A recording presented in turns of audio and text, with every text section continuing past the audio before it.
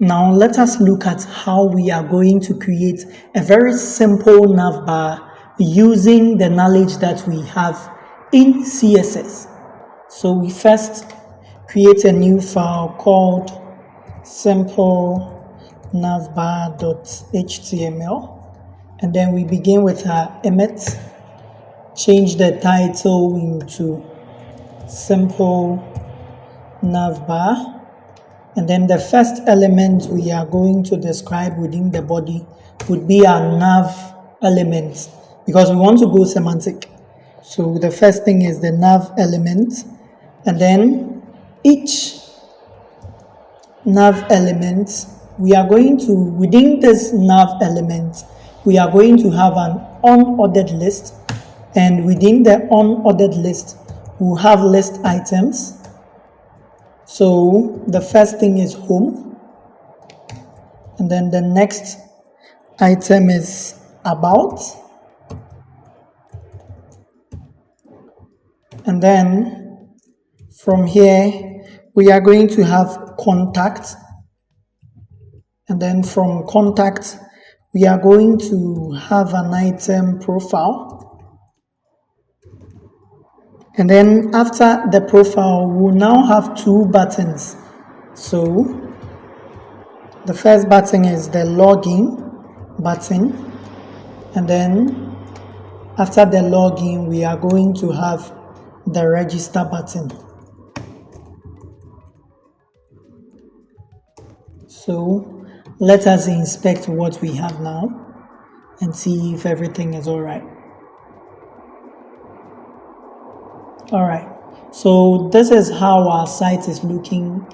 Let us push everything here, and then if we want to go by a shortcut, we just press Ctrl and B, and that gets hidden.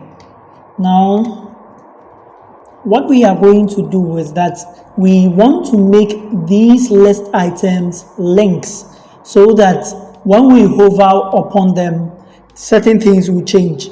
So href, so we are going to describe an href within this list item. So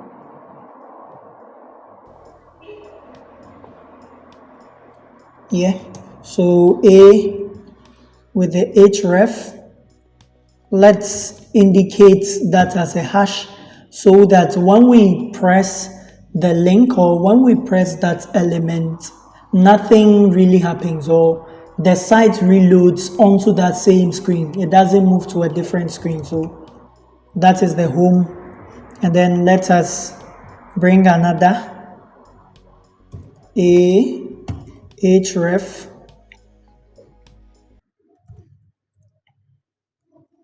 with a hash again, and then we close. But this is supposed to be within, and so it's supposed to be here, and then href hash, we close. That was contact, and then from there we continue. Href, and then the hash, we close it, and then we write profile just as it was. And so you can see that as we change them into links, we have these things showing. It is now blue and has been underlined as well. We now target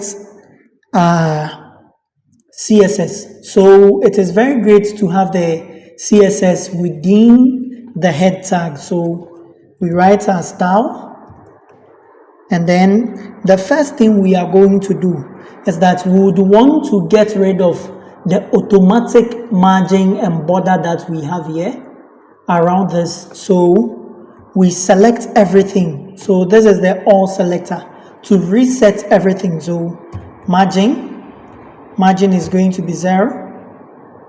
Good. So you can see that as we saved, the margin was destroyed. Now let's go with padding. Padding is also 0. So right now we have full control over the spacing in our web page. Now, what we are going to do next is to border box sizing. So we go with box sizing and then we choose border box so that whatever unit we specify would only get up to the border but wouldn't extend away from the border. And then what we are going to do now is to specify the font weight. We want the font to be somehow bold, and so we specify that as bold, and so the fonts are a little bold. And then let's specify a font family as well.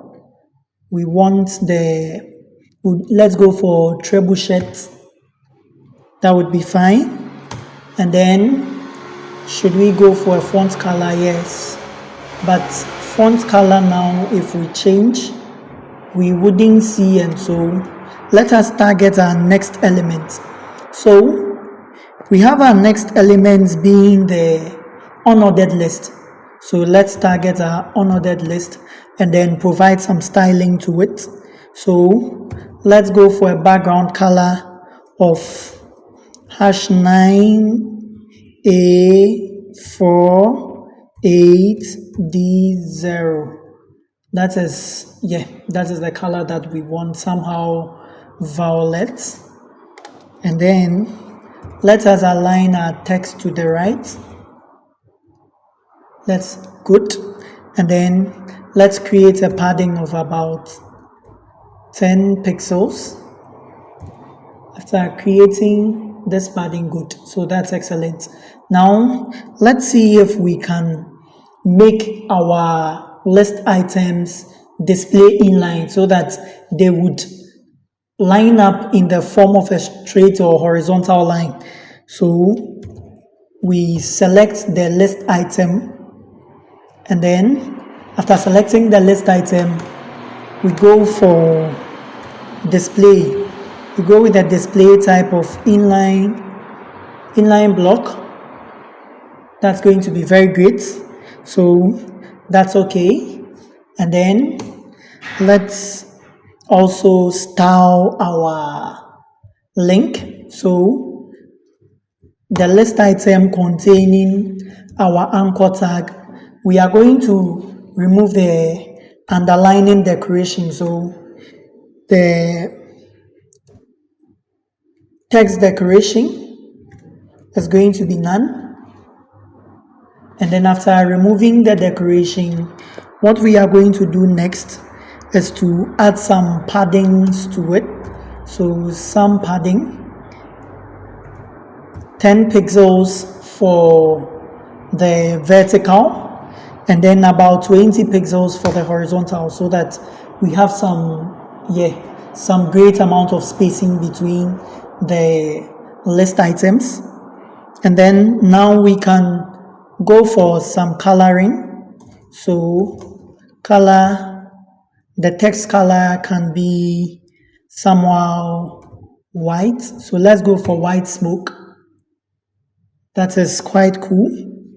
And then we describe what is going to happen when it is hovered. So upon hovering, what is going to happen when we hover? So we give it a background color of something which is somehow light. So let's open this and then, or get something that is quite deep. So let us try our hovering effect and see if it's working. Good. So everything is working. So after we have hovered, we are going to get something that is deep, a background color that is deep, for us to know that we have indeed hovered upon our elements. And now the next thing we are going to do is that we give it a border radius.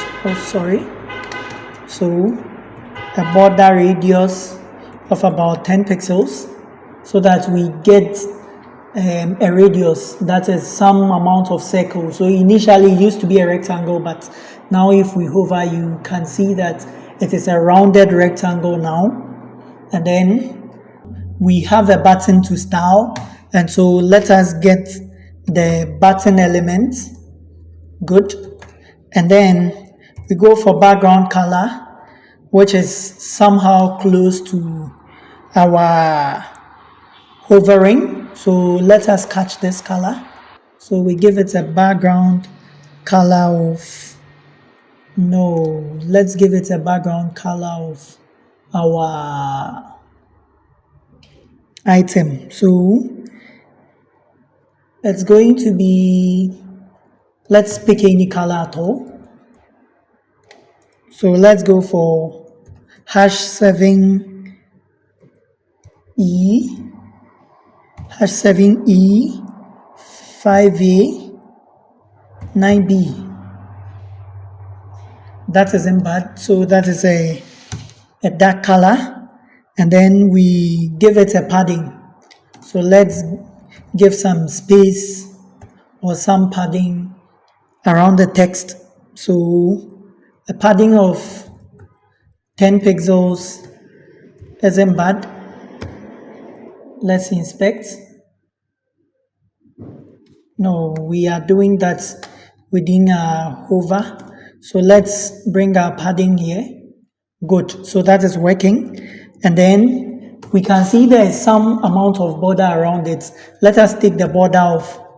So border, we specify that as none, so that the border, so you can see the border has disappeared now. And then let us give it some margin on the right, so that this register button shifts a little bit to the left. So we don't want it to be so close to the tail end. So margin right, let's give it about 10 pixels. And then border radius, we specify that's 10 pixels as we specified when we hover, so that the hovering effect here would be similar. So when you hover, we get some border radius, and we have that same border radius here. Now we would also want to extend this button. It looks like the register and then the login, the size of the buttons are different. So let us specify the width of the button. Let's give it about 70 pixels. Good. So right now they look great. And then from there, let us specify this as an active button. So we give it an attribute of active. So list item, let's give it an attribute of active, or we can equally come here and then give it an attribute of active. Good. And then let us get that. So if it is active, we want to style it differently. So it's going to be list item, and then we catch the href, the anchor tag with the attribute active, and then we specify the background color. So if it's active, let's give it a background color of our 6/8. Good. So we can see that if it's active, it has its own background color. And then we have a border radius, so let's give it a border radius of about 10 pixels. Good.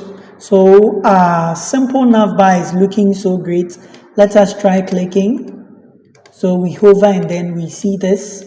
Now, one last thing, let us change this text into white.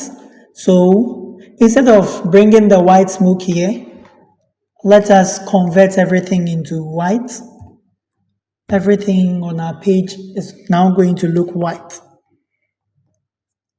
So that is it for our simple navbar. We use simple concepts from HTML and CSS to create this simple navbar that is going to house a very nice project. So you can go ahead to customize this navbar in any way you want. You can also add your brand or a logo to this side of our navbar, but that would need some amount of CSS grids or flex boxes, because that doesn't come that easy. So you can go ahead and practice more with creating nav bars using HTML and CSS. I'm going to see you in the next video.